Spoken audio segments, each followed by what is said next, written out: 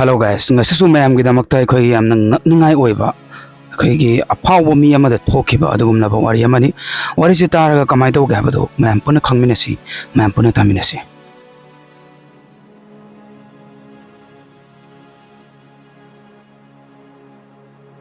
Isa Alia case matamdu 28 December 2022 ni pung taruk takpa matamdu da Pachim Bengal gi Howrah district ki hospital amada miyoi ama chenduna laki aduga haiki lambida sum lakpa matamda miyoi ahumna aibu phoba chaiba tawrai aigi nupi busu nongmaina kapamle asumna tammi nongmai maruna pale habida hospital da su marang langnari doctor su chenduna katamna laki nongmai maru pale du su nakongda direct pan bani mak pulayang laba matungda nupi do sire haiduna confirm tawki amadi kona su khanglaki nupi si achamba nupi ama nate mahaksi Jharkhand gi masak nairaga leirabi afhauba actress dancer amadi actress Riya Kumari haibasini mahaki aseng maming ni Riya Kumari haibasi adubu industry dadi Isa Alia haiduna khange yengbada high profile case ama oi aduduna Pachim Bengal police su yam thun investigation toki investigation hek tawbaga police na evidence amadi phangki madu phangbadagi di case tu da kana bayam na phangki asumna makhata na sum digalakpadagi di angakpa asengba kaya amasu khangba ngamki police na ahanbada khalamliba aduga yamna tonganba amadi angakpa ma oiramki hairiba Isa Alia gi warisina kamdawba jano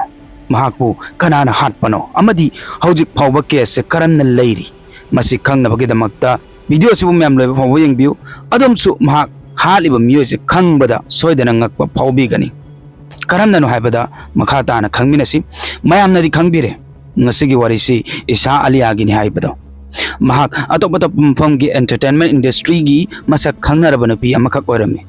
YouTube da su mahak ke fans ka amalai ngasi su leiri mahak si middle class family di amada poki adubu magi manglandi yamna chawe angang oiringai da su lairik tawba khaknatana acting tawba su pamjarai pamjabuduna maram oire hairaga mahak opportunity ama ngai duna leibane yam thuna su phangki yam angang oina su music album da saruk yaki miyamna su yamna pamna bahoki aduduna masagi marol gi nattaba atopa lam gi marol haitare music video phaw kumkhiba mahakna magi career hawakpada Riya Kumari gi mingdak hawkibani adubu matam gi matung ina Isa Alia haiduna khangnakibani mahaki tabak ubadagi su masak nairaba director producer singna mahakpu makoi gi album singda kumhan bahawrakibani masikak natana paisa su phangba hoki tabak tawba matamda Riya ga Prakash Kumar kauba mi amaga thengnaki wari saba matam Prakash ki Jharkhand gi akoi gi masak nairaba film amadi music album producer ne haiba khangkhiba tabak ki wari sanabagi damakta Prakash na Riya bu nungmak kauki asumna wari saraduna Riya su Prakash ki music video da yawnaba yaki project si ki damakta makoi ani yam toina unaba tawki asumna sum unaduna marup amagumna loinarakpadagi di makoi ani nungsinaba haibado oirake matam kharagi matungda Riya Prakash ka luhongki Riya na magi manglan kaya sagachaduna lakibani adubu mahakna luhonglaba matungdagi di mangonda achauba namthak ama tawbire habasi khanggi Prakashi hana nupi thiraba nupa amakhak oiramki magi macha ahum su leire wafam si Riya da haidoklamdeba masu Riya bu namtak tawduna nupi atombi oiduna lawkhibaniba aduga to pofam mana Prakash na magi nupi ahandusu divorce ka tawkhiba amata leiteba haurakpada wafam sigida makta Riya amadi Prakash yamna khanaba tawkhiba asumna relationship tu da akaiba kaya laki adu matam amagi matungda amuk nemthakirameba Prakash na Riya puduna makoi ani Kolkata da leiba hokre mafam du leina Riya si magi dance pu oigera magi career amuk horamme asumna atopa regional music video album da su charuk yaki YouTube da su mahak pu akoi gi YouTube tammi myamna masakhangi asumna magi professional career yam pajana chatharame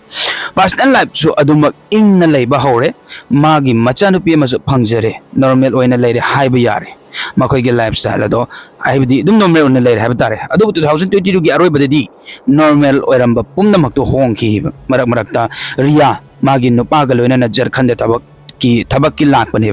asumna 28 December da su Jharkhand da gi Kolkata da halakpani makoi na Kolkata gi yumda yawdringai gi mangoina na Prakash na angak pa pau puduna Howrah district ki hospital amada chelakki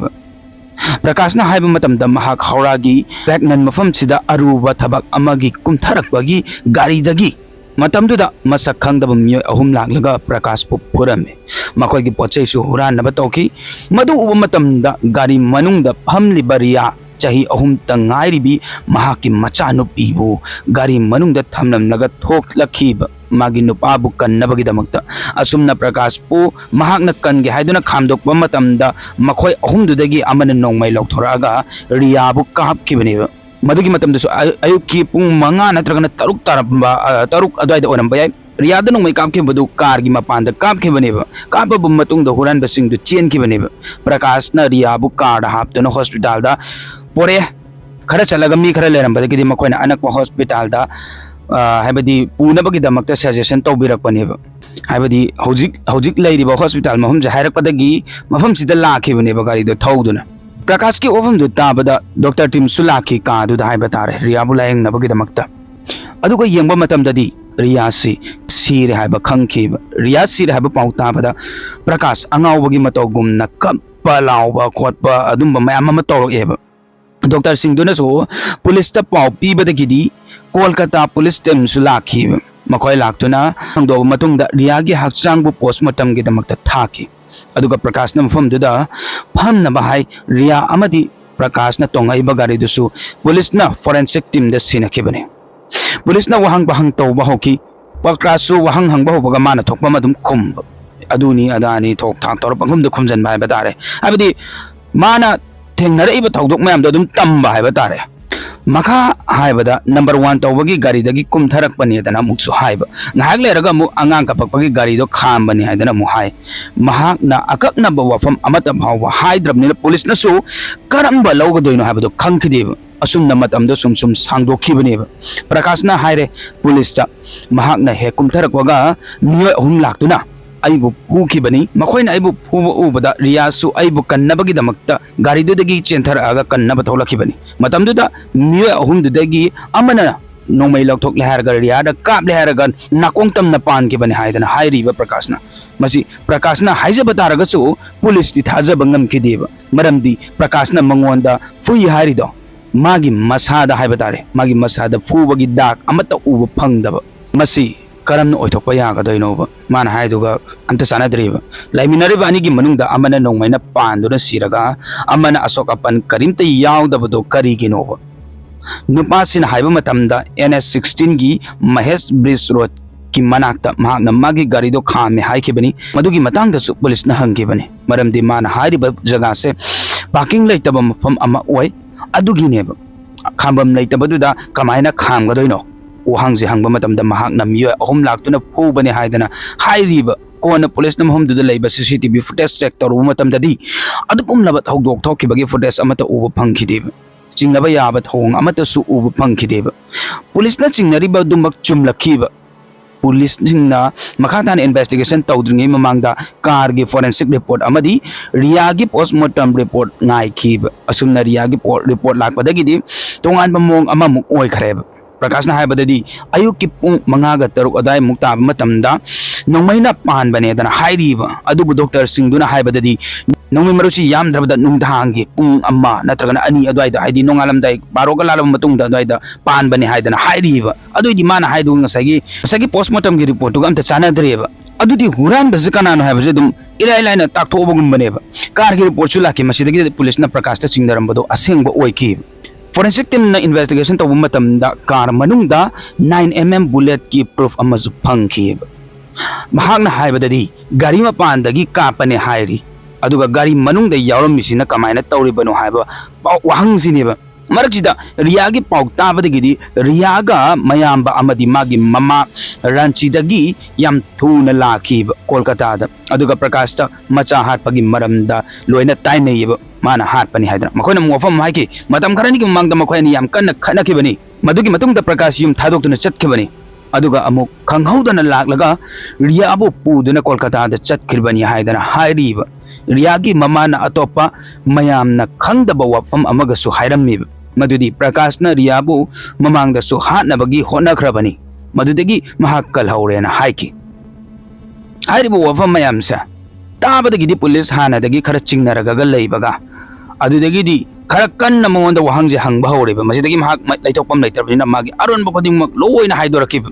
प्रकाशना रियाददी लोहोंकी अदुबु नुंगसिबगी नत्तेबा मागी पैसा लन थुम पामबगी लोहोंखिबनेबा रियागी ममांगददी महाक मागी नुपीगा तोखाइना लैबा सारिनेबा अदुगा तसेंगना खाइनाब्रा हाइबदुदी नत्तेबा अदुगा मागी नुपीदुगा पाव अदुमक फांगनोरगा लैबा हाइबा तारे लोंगलबा मतुंग मतम खरनिगी मतुंगदा अमुक प्रकाशना रियागा काइनानबा सिलकपने सिनबा तारगसु ओइथोकपदी सुंगम नमखिदेबा कोना महाकना संदीप कुमार हारिबा मागी ब्रदर सिगा पुंदुना प्लान सिनखिबनेबा सुमाइ तौदना रिया से हालसी अदुगा होरान मना तौबनी हाइदना हाइरसी हाइदना मखोयनी प्लान यादखरे प्लान की मतुंग इन्ना मखोयना रियागा खनबा तारगसु रियागी मनाक्ता लाखी अदुगा नुमित खरा हराव हरावना लैबा साजनखिबा मसिदगी मोइगी प्लान माइ पाकनबा हाइदना रिया पुदुना कोलकातादा चटखिबनेबा लाकपसिदा रियाना तुमथरकपा टाइमिंगदा मागी ब्रदर संदीप हारिसिना मकोकता नोंगमाइना कापखिबनेबा नुपादुसु चेनखरे अदुगा प्रकाशसु हुरानबगी थौदोकता थोखिबनी हाइरगे खल्लगा मांगथाना अदुम गारीदो थौरा लाखिबा मांगना हॉस्पिटल लाबा मतुंगदा मागी सासनबा वारिसिंगदुसु लिखिबा असुमना मथंगी नुमित्ता हाइबदी थौदोक थोकपगी मथंगी नुमित्ता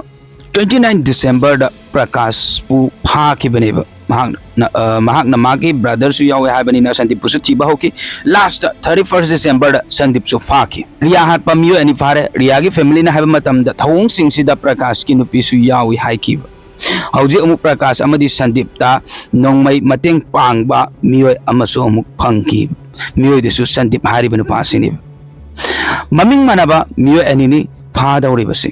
अमदी फारे अदुबु अमुक थीबा होकी मतम कोइरबा फावबदा फंगदे अदुबु कोलकाता पुलिस सु लाइना निंगहनदेबा थीबा याबा थेरबा मतुंगदा बिहार की कैपिटल सिटी पदनागी अनकपा खुन अमदा 2023 की फेब्रुआरी थादा संदीप पु फाखिबनेबा अनिजुबा संदीप से पुलिसिंगना कन्ना होनदुना मरा लैबा मखोय अहुमदी फाबा ngamle अदुबु थौदोकसिगी असेंगबा मरम खंगबा ngamद्रिबा ममांगदना प्रकाशना रियाबु थादोकपा पामेदना हाइरि कोन अमु प्रकाशसी पैसा यामना तोनबगी अमुक हाइ मागी ममांगी फिल्म खरा फ्लॉप चटपदगी काकट पंगमददना लैबगा महाकना खनबदी करिगुंबा रियादो एक्सीडेंटली सिबा तारगदी मागी लाख कया इंश्योरेंस तो पैसा दो माना फंगनी पैसा दुगी मतेंगना मागी तोलिबा पैसा मयाम दुसु लोइना सिंगबा ngambani लोइना मागी पुमनमक ओइरगनी खंगबदगिनेबा मागी प्लान दो मागी ब्रदर गसु डिस्कशन तौकी असुमना खनरब मतुंग 28 डिसेंबर दा रियाबु हात नबगी प्लान तौखरिबदुनेबा हाचो हात करे थौदोक थोकपा मतमदुदा कार मनुंगदा रियागी चही अहुम तंग ngairibi magi nupi macha dusu yauribane ba dusu tummaga lairibane ba hariba ahum je hojik jail gi manungda nungse charaga lairi court na dandi pi ki gedaba adu khaktam mangaire haiba tare masi hairaga ngasi gi warisi matang sida lotion jarage ado warisi gi matang da khoina khara dum naina jaba taraga di loisalak pada aikoi gi kai haitare ni je tasengna nungsiba तसेंगना नुंगसीरगा लौबा खोटपा हाइबदो अदुदो ओइबा तारगदी कसुम तौरोय अदुबु नमथाक तौरगा मंगोंदि कोथोके चाथोकेन आइगी आरआर फैंटेसी दसु आइना वीडियो मतेक मतेक थागतपने मैम चंगागा दुम येंगबियोबा अदुम काना काना बा दुम थागलकनी आरआर फैंटेसी दसु नसाइगी आइना आइगी काना बगी दमक्ता आइना नुंगसीनबा साजनरगा माबु आइगी फंगनबु होनबदुदी अदुदि कैदोंदा कोइना चटलोइबा अदुगा असेंबा माबु नुंगसीदना लौगिबा तारगदी अदुदी अमका मुक चलंबा याय अदुदना मयामसु आइना हाइजनिंगबदी लोइना तौ हाबनति अतौबा खरा हाइतारे अखोइगी मीगी मरन मथुम पामदना माबु नुंगसीबगी तौबा नतबा माबु नुंगसीबगी आइना लौनिंगबा नतबा मागी मरन मथुमदुबु पामगा आइना आइगी ओइगे हाइदुना खनबा पोतुदी मयाम पुमनमकना थादोकपिबना फै हाइदना खल्लेबा वारिसिना ताकलिबा दुदी अरानबा तौबबु क्याम कुइना लोलगा लैदोइनो नोंग नत्रगा नोंगमदि दुम फारकनिदना अदुदुना अरानबा तौबिगनु अचुंबा थबक तौबियु अचुंबा थबक तौबसिना मतम पुमनमक्ता जोय हाबसि थमजरगा ngasiगी warisi matangsida losinjarage asikum laba aseng asengba akoigi interesting oba facts kaya amai ko channel sida tabining balairaga so aikoigi channel se changbiduna wari thagalakpa ngaiduna leibiyo no no wari thagajarke mayam gi damakta su masi haibaga loina ngasigi warisi matangsida losinjarage mathangi wari dam mayam puna thengnarasi efare